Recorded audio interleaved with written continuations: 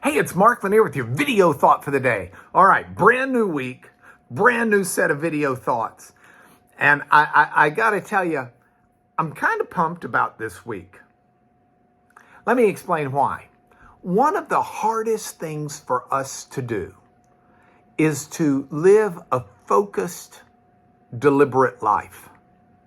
I think it's so easy for us to just get caught up in the run-of-the-mill, day-to-day routine, including a routine of how we spend not just our time, but how we spend our thoughts and how we spend our efforts.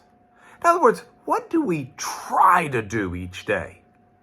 How do we get out of the trap of just doing the things on the to-do list and actually live intentionally and deliberately in ways that not only build up the world around us, but build our character and build who we are as well.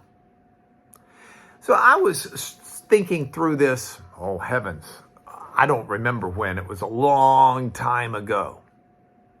And I thought about, what 5 things does God call all of us to do? And I decided I would take those 5 things. I would write them on a Post-it note, and I would put them on my desk in front of me. So I would stare at them every day I sit at my desk. And I would make a conscientious effort to grow personally in each of these areas. And so that's what I've done for longer than I can remember. And I've got the current last writing of the Post-it note. And I want to show it to you because there are 5 things. Those are going to be our 5 things to talk about this week. We'll talk about the first one. But first, here's my actual Post-it note. See if you can read this.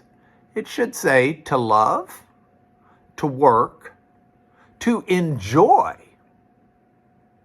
to worship God, and then last but not least, to fellowship. Those are targeted areas of deliberate living where we focus on things that God wants us to find, to infuse our life with meaning. Now, the first one's kind of a gimme in a way, to love. But there are so many aspects to that word love.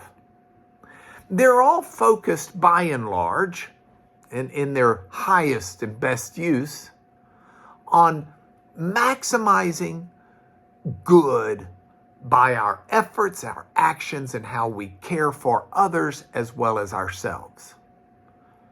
So let's break that apart real quick this morning, and then I challenge you at the end of this video. The idea of wanting the maximum good for others should motivate us to care beyond just a selfish caring. It's love is not simply, I care for you because of how it makes me feel. This genuine type of love is a deliberate life choice to try to make a better life and a better world for those we love. That's the challenge of loving your enemies. It's not feeling good about them. I mean, I suspect there are people in your life like mine that have done some horrible things to you that there's really no way for you to ever feel good about. But the challenge to love is the challenge to put ahead of your distaste your efforts to help that person be the best they can be. In this human life, that may mean just staying away from them, but it at least would include, if you stay away from them, praying for them. Seeking whatever it is to help them be a better person before God than they are today. The interesting thing is, Jesus says don't just love your enemies, he says to love one another. I should be seeking the good for those around me. I should be loving my family with the same concern. And last but not least, Jesus says to love your neighbor as yourself, which means we should have that same concern for ourselves. The best that we can be is what we should seek to be. So today, first day, I'm going to focus conscientiously on loving.